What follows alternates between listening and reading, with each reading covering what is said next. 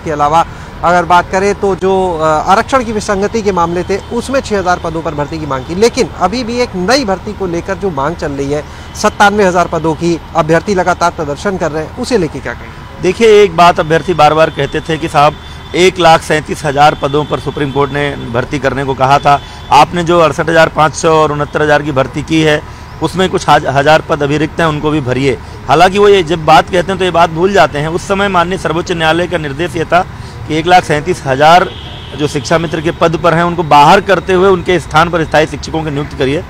हमारे मुख्यमंत्री जी ने, योगी सरकार ने बड़ी संवेदनशीलता का परिचय देते हुए किसी को बाहर नहीं निकाला कि जो लोग व्यवस्था में लगे वो बने रहेंगे। वापस आपको ध्यान में होगा, शिक्षा मित्रों का मानदेय 3,500 रुपया हुआ था, उसमें 3 गुना की लगभग वृद्धि करते हुए 10,000 रुपये का मानदेय भी दिया, किसी को बाहर भी नहीं निकाला। उसके बाद भी 1,37,000 पदों पर नियुक्तियां शुरू की थी।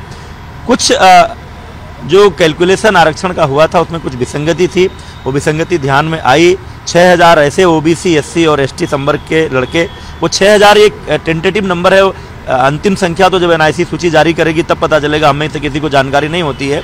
वो 6,000 हो, 6,500 हो, जो भी संख्या होगी उनकी भर्ती करेंगे। और फिर उसको जोड़कर जब हमने देखा तो हम लगभग 1,20,000 पदों पर नियुक्ति कर चुके होंगे।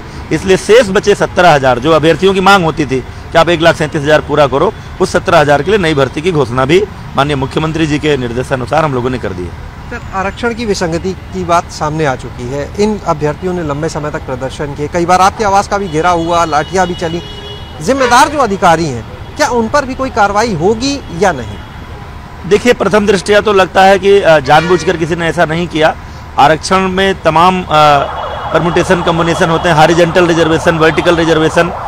कौन सा रिजर्वेशन पहले दिया जाए, कौन सा बाद में, महिला आरक्षण को पहले दिया जाए कि बाद में, इसके नाते ये कैलकुलेशन की गड़बड़ी हुई है। लेकिन इतना जरूर मैं आपको विश्वास दिलाता हूँ कि अगर किसी ने लापरवाही की होगी, किसी ने जानबूझकर ऐसा किया होगा, हम इस मामले की जांच कराएंगे, तो ऐसे अधिकारियों के खिलाफ कार्रवाई जरूर होगी। बिल्कुल, क्योंकि अधिकारी तमाम बार यही कहते थे कि कोई गड़बड़ी नहीं है। आप जब भी प्रतिनिधिमंडल अभ्यर्थियों का मिलने आया, मैंने अधिकारियों से पूछा तो अधिकारी यही कहते रहे कि कोई गलती नहीं हुई है। तो जब संज्ञान में आ गया माननीय मुख्यमंत्री जी को और हम सभी को की गलती हुई है, उसके सुधारने का निर्णय लिया गया। यानी आपको भी कह सकते हैं सरकार को भी भ्रमित करते रहे अधिकारी? निश्चित रूप से अगर और पहले ये बात आ गई होती जानकारी में तो इतना लंबा नहीं खींचता। और पहले ही ये सरकार तो ऐसी सरकार है जो माननीय मोदी जी के सबका साथ सबका विकास के मंत्र को लेकर काम करती है। और पहली ऐसी सरकार है जो अगर कहीं कोई समाज के द्वारा, अभ्यर्थियों के द्वारा, मीडिया के द्वारा कहीं किसी कमी की ओर इशारा किया जाता है तो हम बड़े मन से उसको स्वीकार करते हुए उसमें सुधारने की मना स्थिति में भी रहते हैं। एक आखिरी सवाल, इस विभाग से बाहर